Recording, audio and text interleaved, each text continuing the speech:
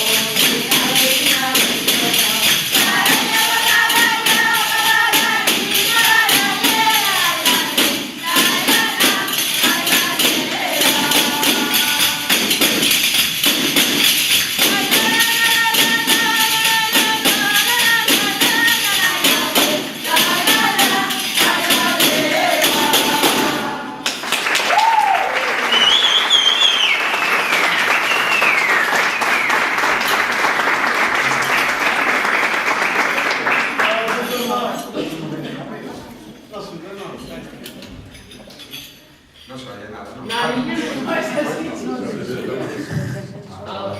Hola. Bueno, pues moi boas noites, esperamos aquí ao final do partido. Moitas gracias pola paciencia, pero bueno, creo que vai merecer a pena pasar un ratín aquí esta noite de sábado. Comenzaron a actuación Pandereteiras Aldelume de aquí de Baíña, e bueno, a súa actuación xa está chegando ao seu valor. Tocaron piezas que aprendimos na clase, como a rumba de Quimaderos, que é anterior, como o dos pasos de Mondariz, que foi a primeira canción, e como a Cantar do Barbeiro, que foi a segunda. Como terceira canción vamos facer un valse que aprendimos ese ano, e o valse de Traspielas. Despois tocaremos unha muñeira de Xacebans, e xa daremos paso ao concierto. Moitas gracias por estar aquí, e vamos a dar un forte aplauso.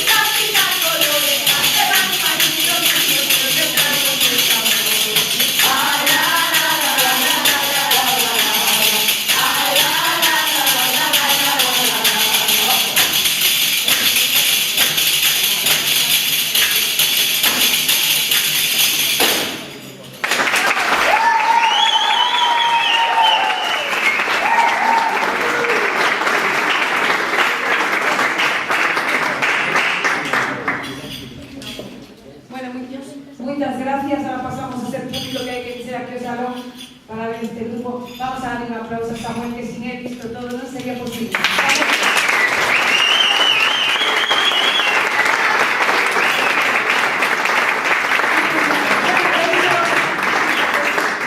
Xa para que entendes que esto é algo moi bo, que vai a veros aquí, con vos, en Casía.